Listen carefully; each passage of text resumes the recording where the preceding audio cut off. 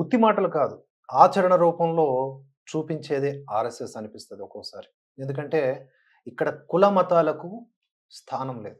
మనమంతా భారతీయులం. ఇదొక్కటే లైన్. ఎవరైతే ఆర్ఎస్ఎస్‌ని అనుమానిస్తారో, ఆరంభంలో మేము అనుమానించిన వాళ్ళమే. ఏంటసలు వీళ్ళంతా కూడా ఏం చేస్తున్నారు అని.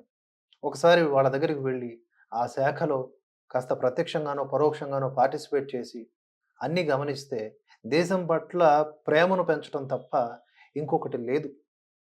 ఆయా వ్యక్తుల యొక్క మనస్సుల్లో, ఆయా నాయకుల యొక్క ఆలోచనల్లో. ఇది స్పష్టం. లైవ్ టెలికాస్ట్ పెట్టడానికి కూడా వాళ్ళు రెడీయే. లోపల ఏదో గూఢంగా యాక్టివిటీస్ జరగవు. లైక్ కొన్ని మతాలకు సంబంధించిన కేంద్రాల్లో జరిగేటట్లుగా. ఆర్ఎస్ఎస్ కేంద్రంగా ఏది జరిగినా కూడా అది దేశం కోసమే. ఒక రక్షణా వలయం. ప్రకృతి వైపరీత్యాలు వచ్చాయనుకోండి, కేవలం హిందువులు మాత్రమే వారు రక్షిస్తారా? కొంతమంది మతోన్మాద సంస్థగా దాన్ని అభివర్ణిస్తూ ఉంటారు గానీ, అటువంటి చర్యలకేమైనా పాల్పడుతూ ఉంటాయా? కానీ వన్ సైడెడ్ స్టోరీస్ రాసే వాళ్ళందరికీ కూడా ఏదో ఒక అదను దొరుకుతుంది. దాని కేంద్రంగా ఇలాంటి సంస్థల్ని విమర్శిస్తూ ఉంటారు.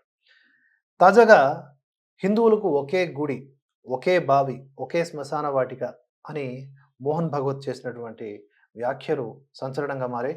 వారి పూర్తి మాటల సారాంశాన్ని ఒకసారి గమనిద్దాం. దేశంలో కుల భేదాలకు స్వస్తి పలకాలని స్పష్టం చేశారాయన. రీసెంట్‌గా మాట్లాడుతూ ఏమన్నారంటే, ఒకే గుడి, ఒకే బావి, ఒకే శ్మశాన వాటిక. మనకి ఇంకే భేదాలు లేవు.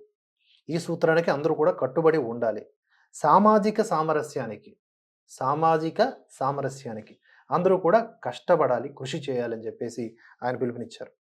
ఎక్కడ మాట్లాడారంటే, అలీగఢ్‌లోని 5 రోజుల పర్యటన నిమిత్తం హెచ్‌బీ ఇంటర్ కాలేజీ పంచన్ నగరి పార్క్‌లో జరిగినటువంటి 2 ఆర్ఎస్ఎస్ శాఖలలో స్వయం సేవకులను ఉద్దేశించి ప్రసంగించారు.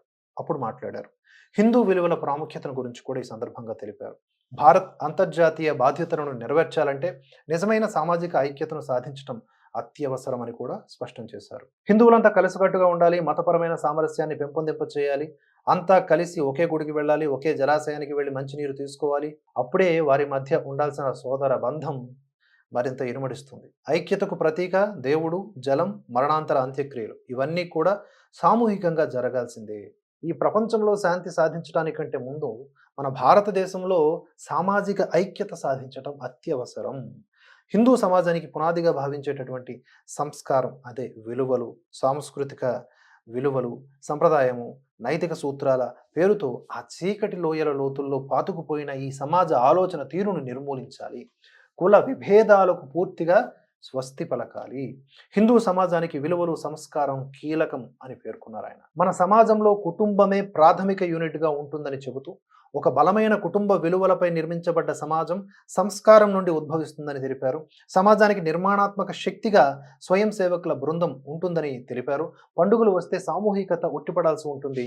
జాతీయవాదం, సామాజిక సహజీవన లక్షణాలు అణువణువున ద్యోతకం కావాల్సి ఉంటుందని చెప్పారు. నైతిక విలువలను పాటిస్తూ మన సమాజంలో అన్ని వర్గాలను కలుపుకుపోవాలి అని పదే పదే ఆయన ప్రస్తావించారు. మెయిన్‌లీ మనం ఫోకస్ చేయాల్సింది ఏంటి అంటే, ఇప్పటికీ కూడా కులాల వారీగా విడిపోయి వైషమ్యాలతో నలుగుతున్నటువంటి హిందూ సమాజం ముందు వాటన్నింటిని విడనాడి ఒక్కటిగా ఉంటేనే ఆ తర్వాత ప్రపంచ శాంతి, భారత శాంతి అన్నీ వస్తాయి. ముందు హిందువులు ఏకం కావాలి. ఒకే గుడి, ఒకే బావి, ఒకే శ్మశానం. మనం ఒప్పుకున్నా, ఒప్పుకోకపోయినా ఎంత కులపిచ్చి ప్రదర్శించినా ఈ 3 చోట్ల ఒకే దగ్గర కలుస్తాం కదా! అలాగే అన్ని చోట్ల కూడా ఒకే దగ్గర ఉండాలి. ఒకేలాగా కలిసి దేశం కోసం పనిచేయాలి. ఇది వారి మాటల అంతరార్థం.